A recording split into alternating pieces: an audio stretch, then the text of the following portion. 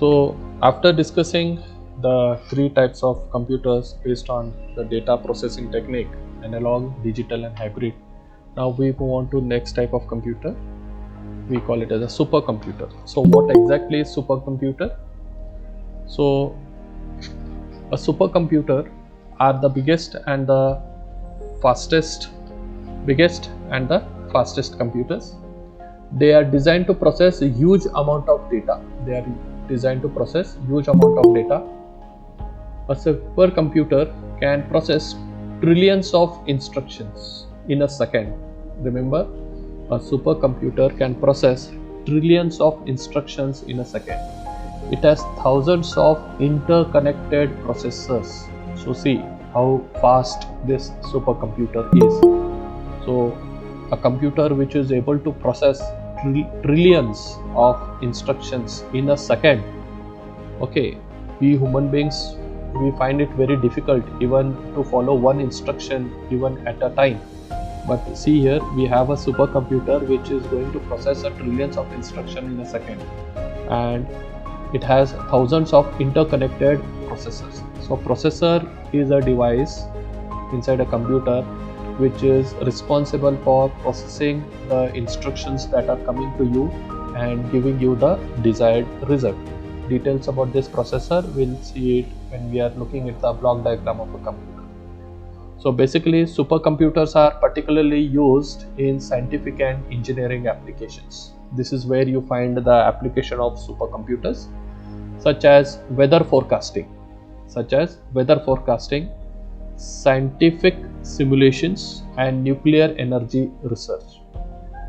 So when we talk about weather forecasting, whenever there is a climatic change and suddenly the weather is changing, and if there is something danger that may occur to the human beings, where the area need to be evacuated and further decisions need to be taken immediately, then these supercomputers are helping us. They make us aware well in advance due to their high processing power with the data that they receive, what exactly may happen in coming hours. Okay, so that's what use of supercomputers you find in scientific and engineering applications such as weather forecasting, scientific simulations, nuclear energy research and so on. The first supercomputer, students, was developed by Roger Cray in 1976. What are the characteristics, or you call it as an application of supercomputers? So few of them are: it has the ability to decrypt your password to enhance protection for security reasons. That is one thing. It produces excellent results in animations. Okay, whenever been used. It is used for virtual testing of nuclear weapons and critical medical tests. It can study and understand climatic patterns and forecast weather conditions, as I told you. It helps in designing the flight simulators for pilots at the beginning level of their training. So you find this in your military applications also. It helps in extracting useful information from data storage centers, or we call it as a cloud now. For example, like insurance companies, if they want some useful information to be gathering from a particular people, so we can make use of these computers. Okay, it has played a vital role in managing the online currency such as stock market and Bitcoin. It helps in diagnosis of various critical diseases. You can find this use in medical field also, producing accurate results in brain injuries, strokes, etc. So it helps scientific research areas by accurately analyzing data obtained from exploring the solar system, satellites and movement of Earth. So these are few of the applications that you find with your supercomputers. Basically, as it is able to process trillions of instructions in a second, you find this supercomputer very much useful in scientific and medical, engineering and military applications. Okay, so moving on to the next type of computer, that is your mainframe computer. So your mainframe computers are designed to support hundreds or thousands of users simultaneously. Remember, hundreds or thousands of users simultaneously. So when many people are trying to access a particular site or want to use some of the resources, then managing all these requests that are coming from the users becomes very difficult. At that time, these mainframe computers play an important role in handling such users simultaneously. They can support multiple programs at the same time. So at the same time, you can run many programs, okay, and help the user to get the vital information. It means that they can execute different processes simultaneously. Now, what is a process? Okay, what is a process? Any request that is coming from a user for a particular kind of information, that request we call it as a process. In computer, we call it as a process. Suppose I am requesting for some kind of a video of a particular concept that I want to know. So the request that is going from your end to a particular computer, that from our end it is a request, but for a computer it is a process. It has to take that particular process, perform the necessary operation and gives back the result to you people. So that is what we call it as execute different processes simultaneously. These features of mainframe computers make them ideal for big organizations like banking, telecom sectors, okay, and wherever when we need to manage and process huge volume of data. Whenever we want to process a huge volume of data, then we think of mainframe computers. In banking, you might be knowing that nowadays we have using ATM machines, okay, and from any ATM machine I can check my balance, I can withdraw my cash or do any kind of transaction along with that particular bank. So there might be many users who might be simultaneously making some kind of interaction with that particular bank. To handle such users, banks have to give or maintain such mainframe computers which give a quality of service to the people. Otherwise, there are few banks that you see that always you find lot of problems whenever you want a service from that particular sector. Okay, even in telecommunication sector you find that communication is not happening properly, or your calls are not getting connected, there are drop of calls and so many problems that you face. If your computer is designed and chosen for the right purpose, definitely you can give a right service to the customer in a right way. So this is your mainframe computers, which is going to support hundreds and thousands of users simultaneously, their requests that are coming, processing it and giving back the results in a proper way.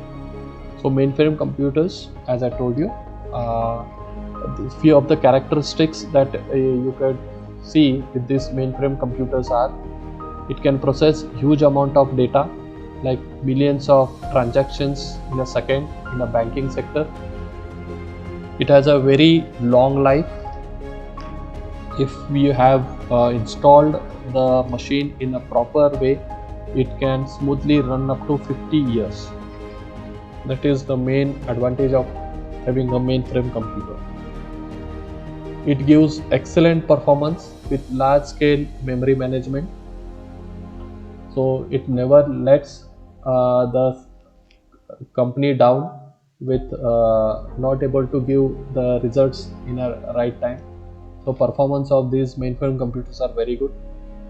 It has the ability to share or distribute its workload among the other processors and input-output terminals. So what do you mean by this? Ability to share or distribute its workload.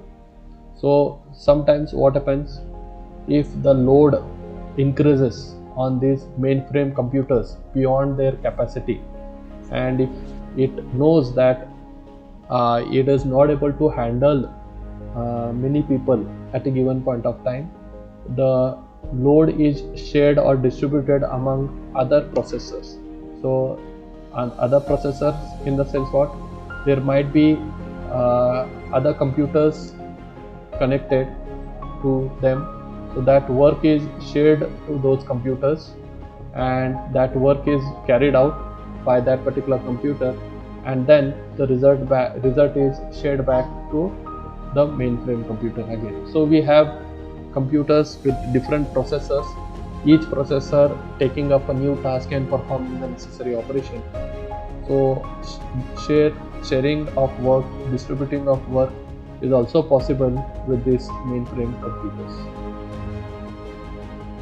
Moving on to the next characteristics of mainframe computers, there are very few chances of errors or bugs during processing of data by the mainframe computers.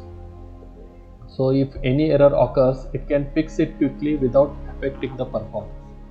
So this is another advantage that you find with your mainframe computers, that it is able to fix and debug the errors and without letting the performance down. The last characteristic that you find with mainframe computer is the ability to protect the stored data and other outgoing exchange of information and data, because whenever you are processing and sending the data may not be secured. Okay, it may be tampered or it may be hacked by some unauthorized person. So there is a feature which will allow the mainframe computers to protect the data, okay, whenever there is a data transaction happening between the user and the computer, because whenever you are doing online transactions, okay, sometimes the e-commerce companies, they ask you the credit card number, or they ask you to share your OTP number. Okay, so you don't know on the other side who is asking you, and when you are transferring your data or whenever you are exchanging any kind of your vital information, even though it may be your email ID or your mobile number or your personal address or other things, so there may be unauthorized users waiting for such opportunity, and they may crack your information and may misuse that information for their own benefit. So mainframe computers try to secure your data whenever any kind of transaction that is happening between you and the bank, especially in the banking sectors. Okay, apart from that, where do you find the application of these mainframe computers? So you find this in your healthcare. Okay, you find it in the field of defense. Okay, where the defense department has to share a large amount of sensitive information with other branches of the defense. Okay, so in hospitals also, you have to maintain lot of records of all the patients. Okay, the patients will be trying to contacting you for the treatment related to appointments, medical issues, medicine updates, disease, and so many things. So in order to handle multiple calls, multiple users simultaneously, these mainframe computers are very much useful. You find this application of mainframe computers in the field of education. Big universities to store and manage the data, like VTU University, you have 300 plus engineering colleges affiliated to the university, and there are lakhs of students who are taking education through this university. So you must have come across the problems whenever your 10th or your 12th results were announced, and suddenly you are trying to see your results. You were not able to receive the results in time. There was a lot of delay that was occurring. This is just because when many people at a given time try to access the same resource, same place at once, then it becomes difficult for any computer to handle the multiple requests that are coming from the user. So if the company who is maintaining such information does not use the right computer to process and give the result to the users, then we are not getting the right service and the system crashes. So in the field of education is also mainframe playing an important role. We have the application of this mainframe computer in your retail sectors. Okay, so where a lot of inventory management, customer management, transactions happening. Okay, so this is all about your mainframe computer. Fine. Now the next computer that you have is your mini frame or your mini computer. So it is a mid-size multi-processing computer. Again, we have the word multi-processing, means multiple data can be processed at a given time. It consists of 2 or more processors and can support 4 to 200 users at one time. Okay, so it has some limitations compared to your mainframe computer. That's what we call it as a mini frame computer. So mini frame computers are used in institutes and departments for tasks such as billing, accounting and inventory management. So in a small organization, okay, where we have a very limited users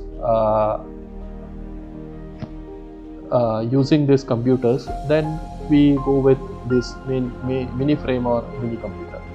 So a mini computer lies between the mini frame and a microcomputer, as it is smaller than mainframe but larger than a microcomputer.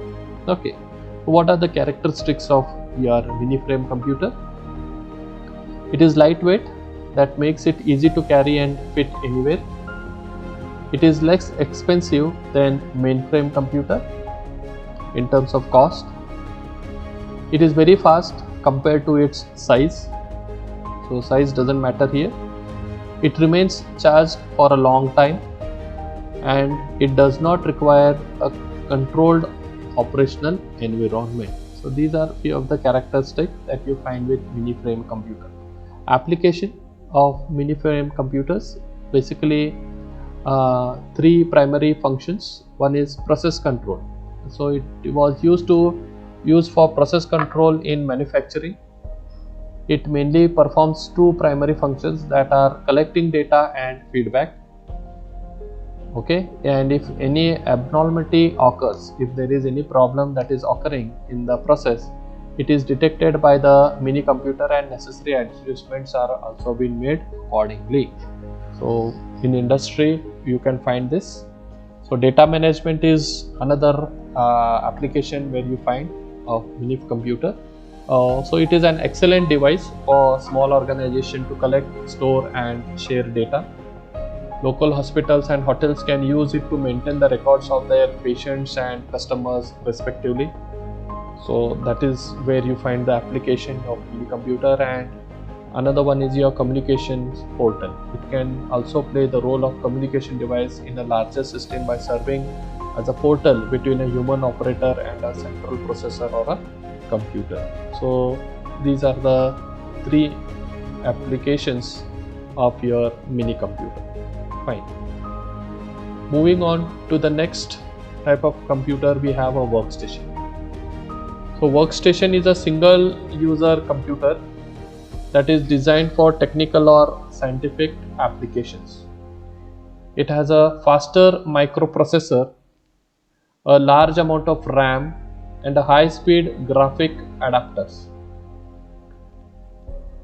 So basically it generally performs a scientific job with great expertise.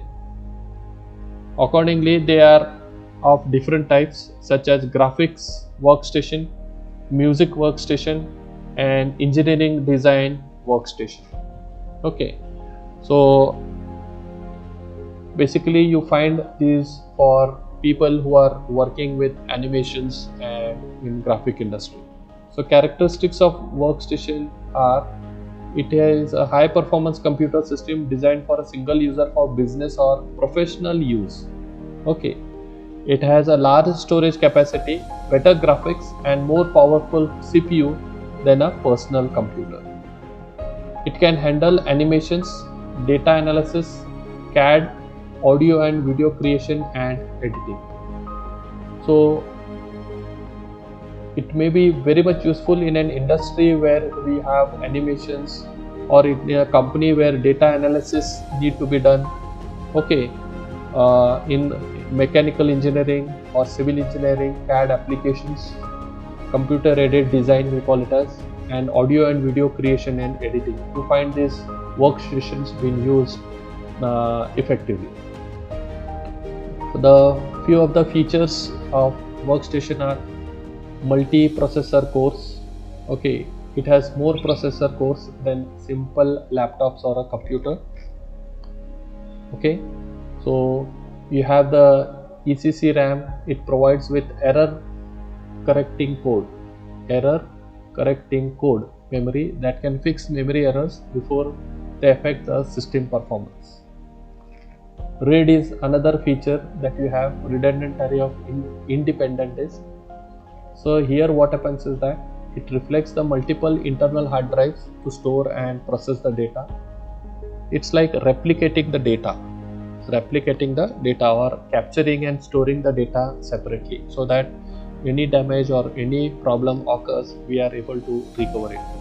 So RAID can be of different types. For example, there can be multiple drives to process the data, or mirror drives, where if one drive does not work, then other starts functioning. That is one of the advantage what we call it as this workstation has. Okay, then we have this SSD. It is better than conventional hard disk drive, static hard disk drive, that does not have moving parts, and because of that the physical damaging or failure of your hard disk is very less. And then we have the optimized higher end GPUs. It reduces the load on the CPU. Okay, these are few of the features that you find with your workstation. Moving on to the next type of a computer, we have this microcomputer. So what is a microcomputer? A microcomputer is also known as a personal computer. It is a general purpose computer that is designed for individual use. It has a microprocessor as a central processing unit, we call it as a CPU, a memory, storage area, input unit, output unit. Laptops and desktop computers are example of your microcomputers.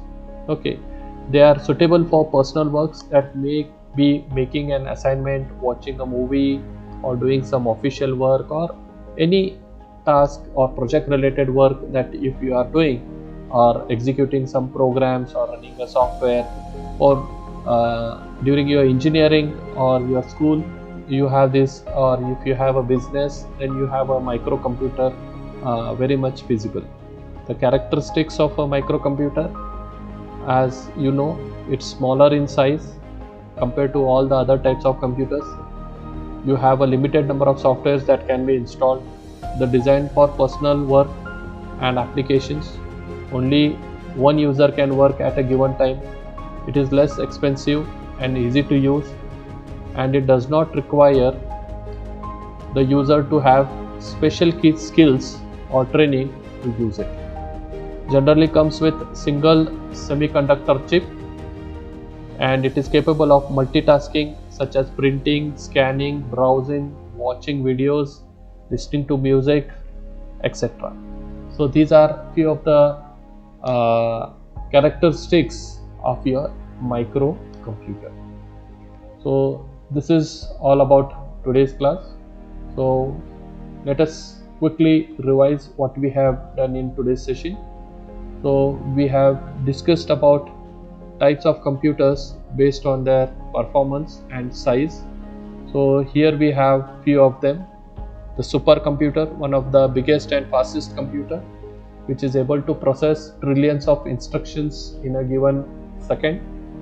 Okay, mainly you can find this in weather forecasting, okay, medical applications, military applications.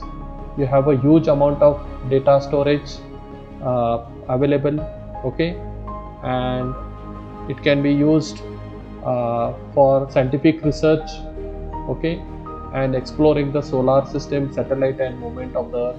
Then comes your mainframe computers, okay, where it is comparatively less in speed. When you go to supercomputers, can handle thousands of users simultaneously, okay. So basically the features of this are used in they are ideally used in big organizations like banking and telecommunication sectors, okay. And applications of these mainframe computers, you find it in healthcare, in the field of defense, education, retail sector. They can save your secured information. Transaction and other things are very much secured here. They keep your data very secure. And then you have the mini or mini frame computer, where the users is less compared to your mainframe, from 4 to 200 users, okay. And applications, you can find it in process control, data management and communication portal. And then you have the workstation, where you can find a single user computer designed for technical or scientific applications, okay, which can perform a job at a specific and a great expertise, okay. So you can find it in data analyzing, animations and video, audio creating and editing, okay. These are few of the features that you can find with your workstation, okay. And then finally you have the microcomputer, which we call it as a personal computer with very limited features, normally used by a student or a small business people at home for processing normal data, okay. And these are few of the computers based on size. So this is all about today's session. So thank you, students.